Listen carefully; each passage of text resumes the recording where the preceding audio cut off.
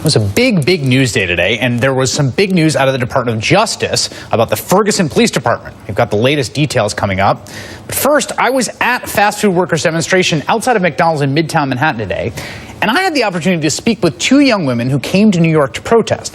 They work at the McDonald's in Ferguson, Missouri, the now infamous one on West Florissant Avenue, which was virtually under siege for weeks during the protest.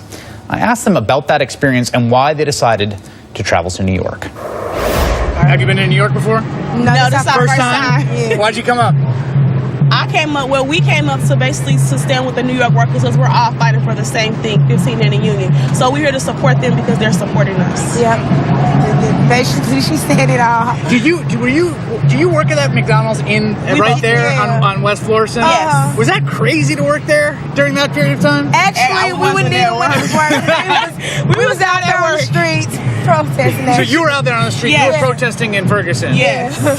And you're now protesting here. Yes.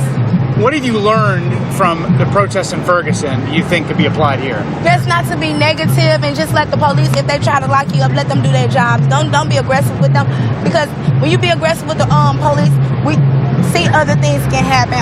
Other things can happen another way, and we don't want that. What happened in Ferguson came after what we've been doing, so we've been learning a lot.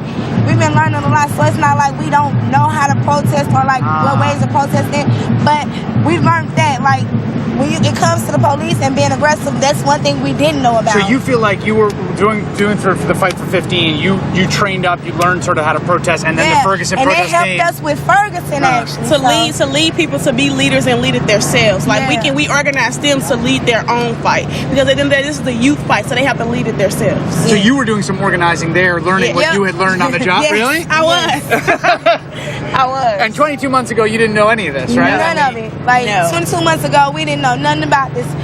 22 months ago, if you would have asked us to come to New York and stand with fast food workers, we'd be like, what? For what? Huh?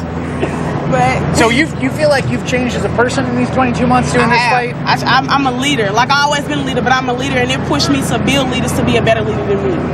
What does that mean for you? Like, you just are more comfortable in knowing what you're doing and doing what you have to do? Yes, more comfortable with coming to people about anything, like as far as telling them how to do it the right way, a positive way, instead of being negative. Because if you do it positive, the police hate you being positive and sticking together. So it just shows you how to be positive and do it the right way. Janita Jenkins, Shermail Humphrey joined the demonstration shortly after I talked to them and were arrested. Just minutes after our conversation, they will be returning to Ferguson, where the fight over policing continues. That movement got an assist from the federal government today. We'll bring you that story ahead.